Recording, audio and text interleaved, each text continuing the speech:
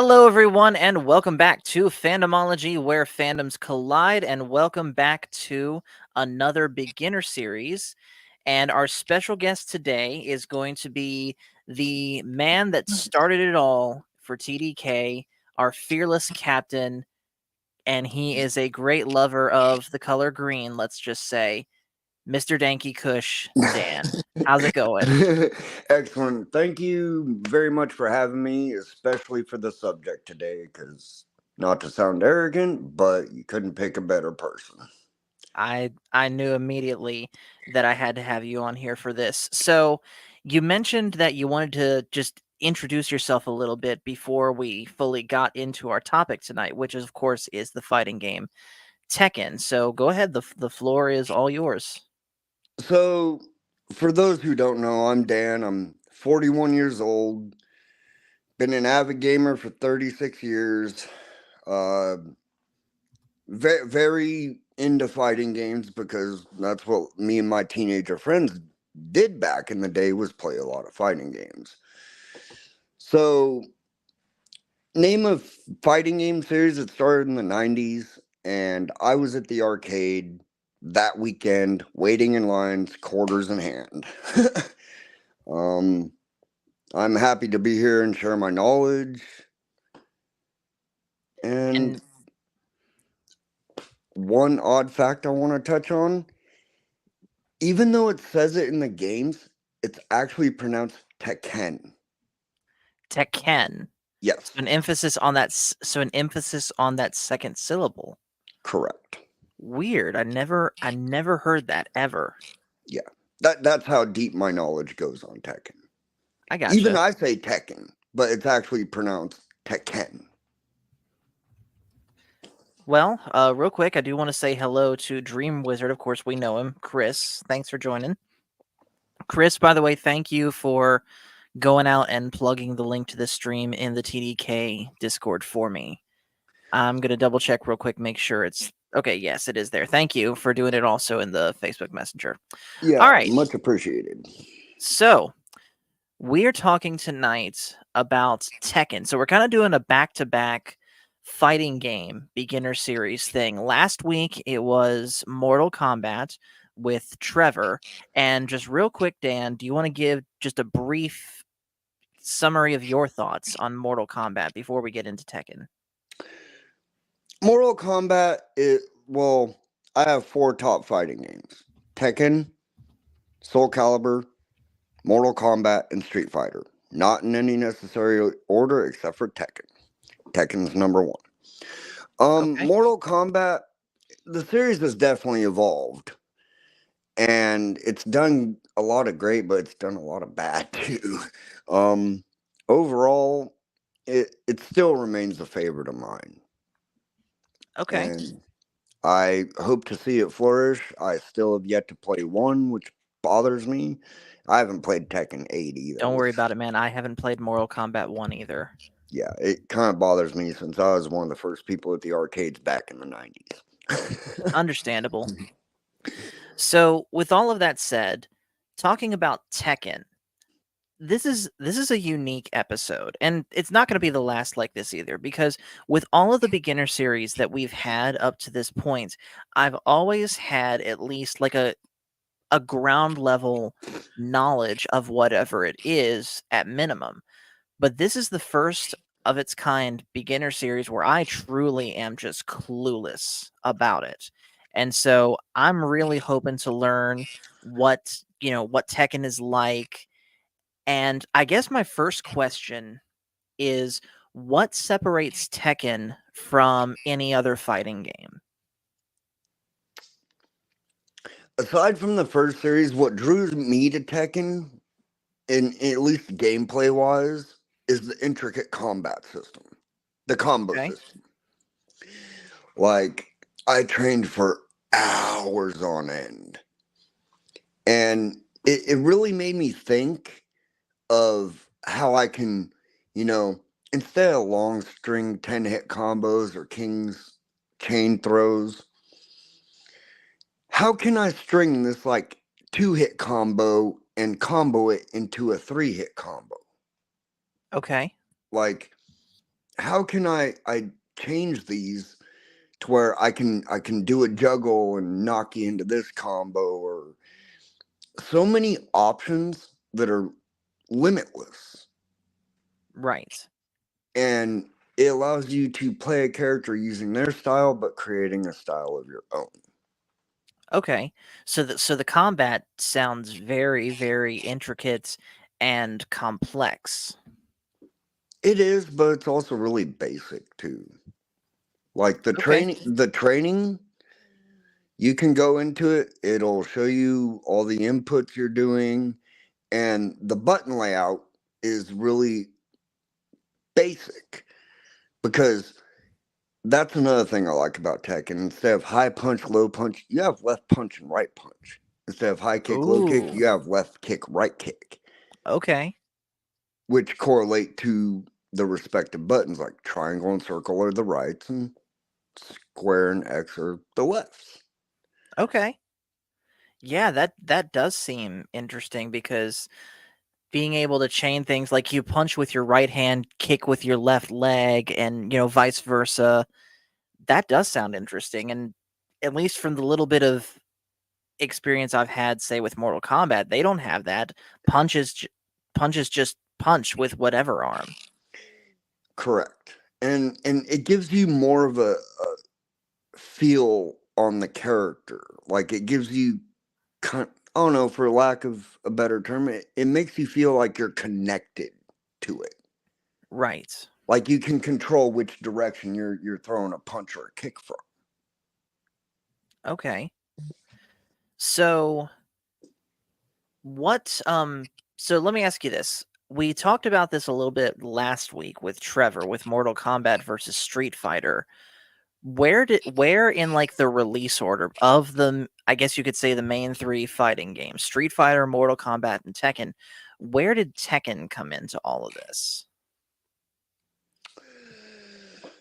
Okay, so Tekken came out in '94.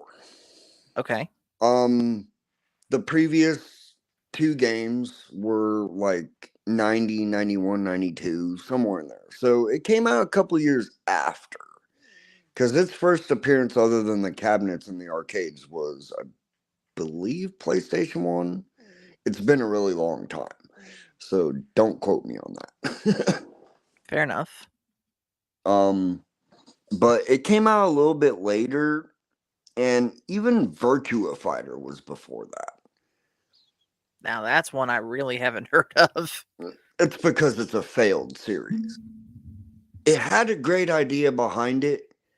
Tekken just took that same idea and made it successful. Right. But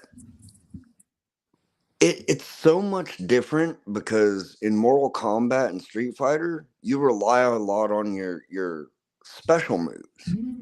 Mhm. Special moves, light, mid, heavy, high, low. Whereas Tekken is so heavily combo based, it really makes you work to get really good at it. Because if you Okay. can't pull off a lot of those good combos, I mean, you could button mash, but I mean, who wants to do that? True. I mean, Um, I say that as someone that would likely button mash my first time playing it. I mean, you could, but you're not going to experience the combat at its maximum. Right. Which I guess you could say that's true of really any fighting game. It You is. could button mash and be successful to a point, but only when you really study the system can you really begin to master it. A big difference being is you can button mash in Street Fighter or Mortal Kombat and accidentally pull off special moves.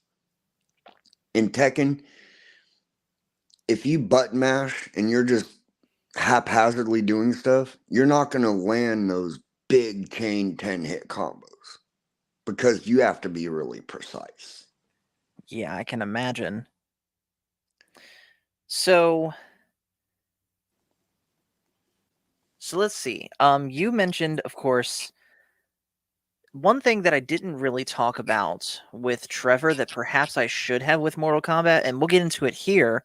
I would imagine that by the nature of its style of gameplay, that Tekken had some really, really fierce competition within it, like perhaps even national level competitions of who's the best Tekken player, right? Correct. It's one of the main games in the like Evo, which is the biggest fighting game competition ever. Like it's the grandest stage. It's like the WrestleMania of fighting games. Okay, For anyone that can put together, or like the Super Bowl, or the big event. gotcha. But yeah, the four that I'd previously mentioned, aside from Smash is different though. Um, in competition, uh, I mean, you can do everything from local tournaments to state to nationals. I've only participated in a couple local tournaments. Um, Did you ever play Psy? I participated in 6. I placed in top 3 times, and I won 1. Nice. I mean, again, that's probably better than I would ever do. They were local tournaments. They like people like it was in Pueblo, Colorado, and a couple people from like Springs and like different cities would come around and play. It wasn't anything major, but it was like I don't even care at that point. Right. And that's where a lot, dude, I trained and trained and trained, and it paid off. Okay. Granted, there were 3 times I bombed hard, but Yeah, I can it's imagine. it's the nature of the beast, man. You're always gonna find someone better. That is very true. All right, so let's move now and talk about sort of in-universe stuff with Tekken. So, Okay. what is the overall story of Tekken? Okay, just to let everyone know, um, Tekken is an extremely convoluted series. Like there are inconsistencies, and this goes with any fighting game because they didn't really develop major stories until like the second or third games. Because back then, the concept of a really big story in a fighting game didn't matter. No one cared.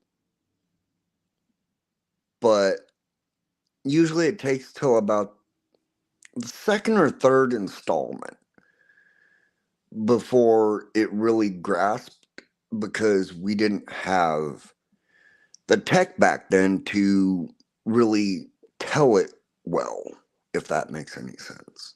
Yes, it does. Um, now it starts off with Heihachi Mishima being the head of the Mishima Zaibatsu, which is like the biggest corporation in the world. They even got their own military force. Okay, and real quick, I'm going to bring up a picture of him as we're talking about him. I've got some pictures. Virginia made a great suggestion last time. I have pictures of the different characters. So here is Heihachi. Yes, that is Heihachi Mishima, and he is, for most of the story, he's the head of the Mishima Zaibatsu, and he's a major martial arts enthusiast and probably the worst family member you could ever have. Oh no. Yeah. um and he's probably the most unkillable character story-wise in any fighting game. He's that Wow. durable. Yeah. Well, I'll touch on that a little bit later. But the basic of it is he runs this King of Iron Fist tournament, and here's another fun fact: Tekken Hmm. translates in Japanese to King of Iron Fist. So it It translates to King of Iron Fist. yes, it literally Hmm. means King of Iron Fist, and that's the name of the tournament that he runs. Okay. And So would it be too broad of an assumption to say that he is almost the Shang Tsung of this world? correct. Okay. And um it starts off and it doesn't really get too deep in the story of why he does this. It does a little bit, but in the first game, Bad Dad Award, he's training his son Kazuya, and Which let well, me bring his picture in real quick. yeah, Kazuya Mishima. Yep. Here he is. Another terrible family member to have. Anyways, that'll be touched I've on. I've I've seen his gameplay in Smash. That tells me all I need to know. Oh yeah, he's a terrible dad too, but he didn't have the best influence. True. Considering that at the beginning of Tekken, before the game actually starts, in order to test his son, quote unquote, it doesn't really allude to this at the beginning. He throws Kazuya off of a cliff. He's like, Why? because he was like, oh, if he's tough enough, he'll survive. And I'm like, That just seems like the most yeah, random thing. it is. It's Son, like, I want you to get stronger. Yeet. yeah, pretty much. But in actuality, he actually did have a purpose behind it. And that's something that isn't really, it's not touched on in the first game. And that's the devil gene. Okay. And that's that form change that he can do in Smash Brothers, right? Correct. Okay. Now, the devil gene originally inside of Kazuya is a completely different consciousness. Um, but Heihachi's logic is, well, I'll find out if he really does have it, if he lives. If not, he dies. And I just killed my own son for no reason. Yeah, Heihachi is a terrible father. Yeah, I could believe that. He's not much. Yeah, he's just a terrible family in member in general. Okay. Now, so we've talked about Kazuya. Where does this guy come in? That is Jin Kazuma. Hmm. He is the son of Kazuya and obviously the grandson of Heihachi. Right?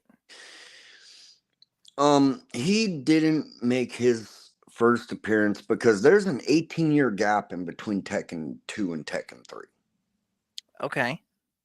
And Jin was actually conceived during Tekken 2 Interesting. between Kazuya and Jun Kazuma. Okay. Which let me bring in her picture just real quick. I believe which one is it? Oh, here it is. It is this one. Correct. Okay. And Jin, uh, okay, and that's making a large gap because, I mean, Kazuya won the first tournament and in turn threw Heihachi off the cliff, but Heihachi, being the unkillable one that he is, obviously survives. Um, then Kazuya takes over his position and leads the Mishima Zaibatsu. So fast forwarding a little bit, Heihachi comes back and wins the second tournament that Kazuya institutes, and that's where Kazuya met Jun, and that's how Jin came to be. Okay. Because It was kind of like the opposites attract kind of thing. So I take it that Kazuya, of course, is evil and Jin is good, basically, right? June is definitely good. Or Jun, rather. Yeah, June is good. Kazuya is evil. And this is another thing that distincts Tekken from every other fighting game franchise. The protagonist is a bad guy. Interesting. It's not Ryu. It's not Liu Kang. Kazuya is not a good guy by any Yeah. means. He actually seeks world domination. And yeah, he's the protagonist.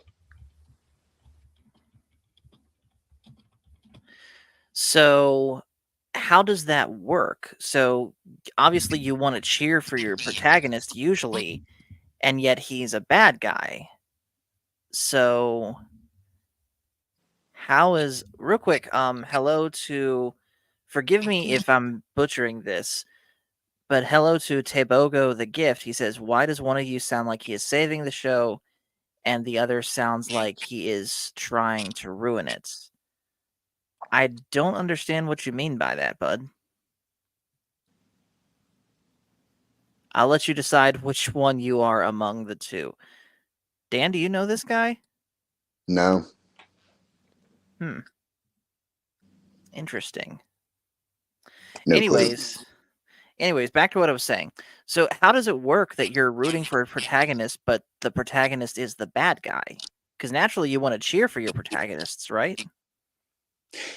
Yeah, it's really weird, but somehow the formula worked because they also made Heihachi just that much more of a worse person. Wait a minute. Would you say it's an accurate comparison to say that Kazuya is the Scorpion to Tekken?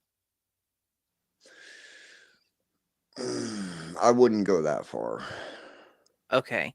The reason I say that is because Scorpion is the face of Mortal Kombat, and yet he's done some very despicable things, especially when he was under the control of Quan Chi. Yeah, that's not really a comparison because Devil didn't really save or it didn't really like make Kazuya do bad things because Mhm. Kazuya did it on his own. It wasn't until transformation that the consciousness takes over. Okay. Fair enough then. So basically what in more detail is this alter ego to Kazuya, this devil? It started in Tekken. That didn't happen until Tekken 6. Really? So, yeah. Hmm. Well, at least the unveiling of it. Because, like I said, it's an Oh, okay. extremely convoluted and complicated story. And, like, things will happen in previous games, and you won't figure this stuff out until two or three segments down the road. Right? Like, you didn't know anything about the Devil Gene until, like, Tekken 2. So you didn't really know the situation of why Heihachi threw Kazuya off the cliff until then. Okay. So so does Kazuya just stay like this the whole time where he stays basically the bad guy though he's the protagonist, or does he improve as a person over time, or heck does he get worse?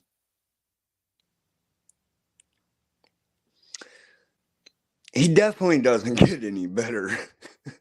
If anything, he gets worse. Because later down the series, he actually manages to fuse the devil gene and gain control of it while eliminating that inner consciousness to where he can have full control of it. Okay. So I guess in order to understand that, I'm gonna have to play at least one of the games. At least one, and due to the time frame that it came out, like you would have to read the instruction booklets, do online research to really grasp it because they didn't have the narrative storytelling. It Right. was like you go through the arcade mode, you get an ending. Real quick, by the way, just so you know, I'm looking right now on Steam to see if Tekken is on there, and it looks like right now they only have Tekken's 7 and 8. Yeah, you'd be hard pressed to find any of the others. Okay. So we've talked on like 3 of the characters, but there's 2 more I want to highlight here. I've seen this guy on the posters before. In fact, he was someone that was popping up in the characters when I was trying to find the thumbnail picture. Who in the world is this guy? And why does he have a leopard head? That is King, and he is my main character. He is my top guy. Okay. Um, it's not a leopard head; it's a mask. Oh, gotcha. It's the luchadores. Um, Oh, okay, so basically yeah, he's this world's version of Rey Mysterio. only about 2 to 3 times the size. Ain't that the truth? I mean, we love you, Ray, but come on, you are not the Yes. biggest guy in the room. No, King. He hails from Mexico, and he runs an orphanage. And Okay. mind you, there are 2 different kings and 2 different armor kings. Why is that? Well, later down the series, you find out that Armor King, who was a rival of the original king, Hmm. and it's hard to explain this because Armor King was basically also an asshole. I um, could believe that. uh, and they had the rivalry. King beat him not once but twice in both Hmm. tournaments. Um, the secondary king made his appearance in Tekken 3 due to that 18-year gap. So the old king retired and the new guy took his place, basically. Well, he got forced retired by being killed. Oh, okay. Yeah, yeah. Wow. So Tekken 3 is a big thing because that's when the series really took off, and that's where a lot of the main characters and the big time story hit. Because that introduced a new villain and ogre, and like I said, it's a lot to try to explain to someone who doesn't really know. Yeah. Because ogre is like this like the embodiment of fighting. So he went around and killed a lot of the fighters from previous games and absorbed their Okay. power. The Wow. original king being one of them. Oh, okay. I got it now. Yeah, yeah. So the secondary king was an orphan at his orphanage, Okay. and he grew up and took on the mantle and actually got trained by Armor King. Okay. And then does and then at some point I take it this ogre gets defeated, right? Yes, Okay. ultimately. And he gets defeated by Jin, who is Kazuya's son. Gotcha. Okay. And then I got one more character to highlight here, one that I added just kind of on the fly from our discussion pre-stream. But who is this? That is Paul Phoenix. Okay. He is one of the best fighters in canonically in the entire series. He is a good enough and competent enough fighter to hold his own against Kazuya and not have a determining winner. I gotcha. Yeah, he stalemated Kazuya. Wow. Yeah, he's that competent of a fighter, even though he's kind of a jokey character. He's I gotcha. brash. He's a very comical character, but he's actually what's funny is King Heihachi and Paul are my top three. As far excuse me, as far as who you play as. Yes, even though I play numerous characters, but those are my top three. Okay. And it's kind of funny how you bring him up, considering we were just talking about Ogre, because in the third tournament, Paul went undefeated and actually Really? beat, yeah, Paul went undefeated and beat Ogre. Wow. Yeah. However, he didn't win the tournament because he didn't get to Ogre's true Ogre form and he left. And that's how Jin came in and won by defeating True Ogre. Okay.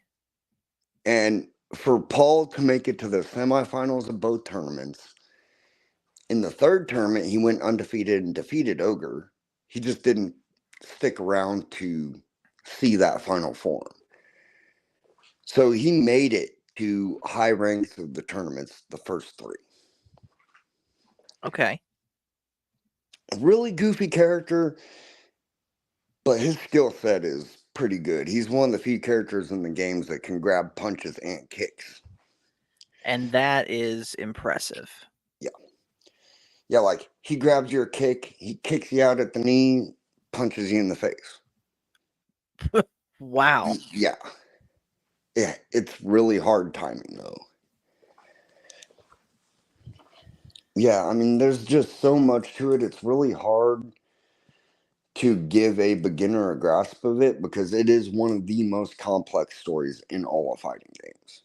Yeah, I mean, I've I've pretty much run out of questions because like I said, this is one where I am just completely I mean, you've cleared some things up and it definitely sounds like an interesting story, but I think honestly, I just need to play it. You would have to play it to really get it. That's why, like, sometimes it's really hard to explain. Like, it gets more convoluted than Mortal Kombat does, Right. if that says anything. And Mortal Kombat gets convoluted. Yeah, And keep in mind, I'm a Kingdom Hearts fan and I'm calling something convoluted. Good lord. yeah. I haven't played Kingdom Hearts, but from what I know of it, it definitely does. Yes. Also, hi Jeff, if you're watching. Yeah. So, Some some funny things. Like me and my buddies, we used to get together every weekend, have some beers, play some Tekken, play other fighting games. And my friends almost banned me from using King because I trained oh, with them. Yeah, I was like, dude, wow. I worked way too hard with this guy for you guys to ban me from him. Screw you. Get good.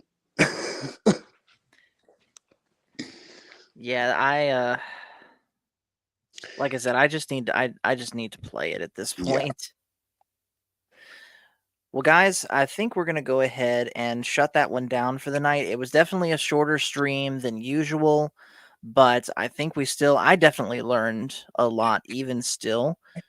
yeah. So I'm going to, maybe Tekken will become something that I stream further down the road. In fact, Dan, if there's a way that maybe, I don't know whether or not it's, okay, let me ask you this before we go. How many Tekken games are on the Switch? That I actually don't know.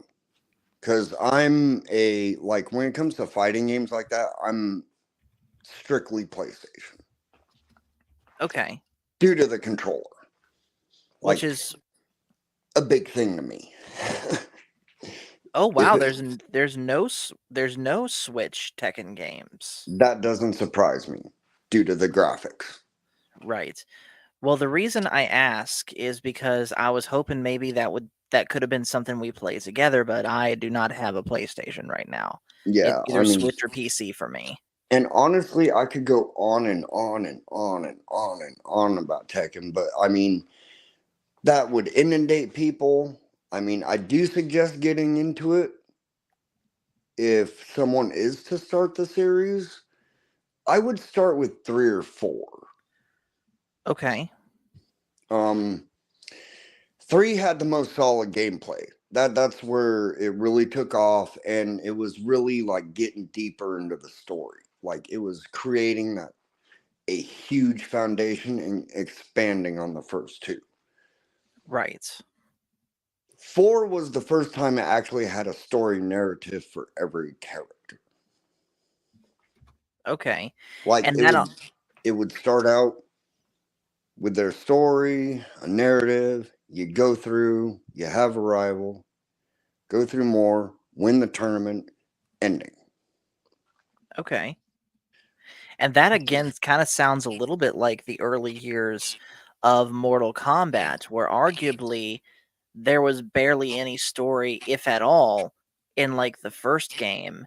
And then the second game kind of built on it, and then the third game built from there, and so on and so forth. Correct. I do want to briefly touch on a last note that Hmm. Tekken and Soul Calibur are confirmed by Bandai Namco to be the same universe. And Soul Calibur was the first fighting game I ever played, period.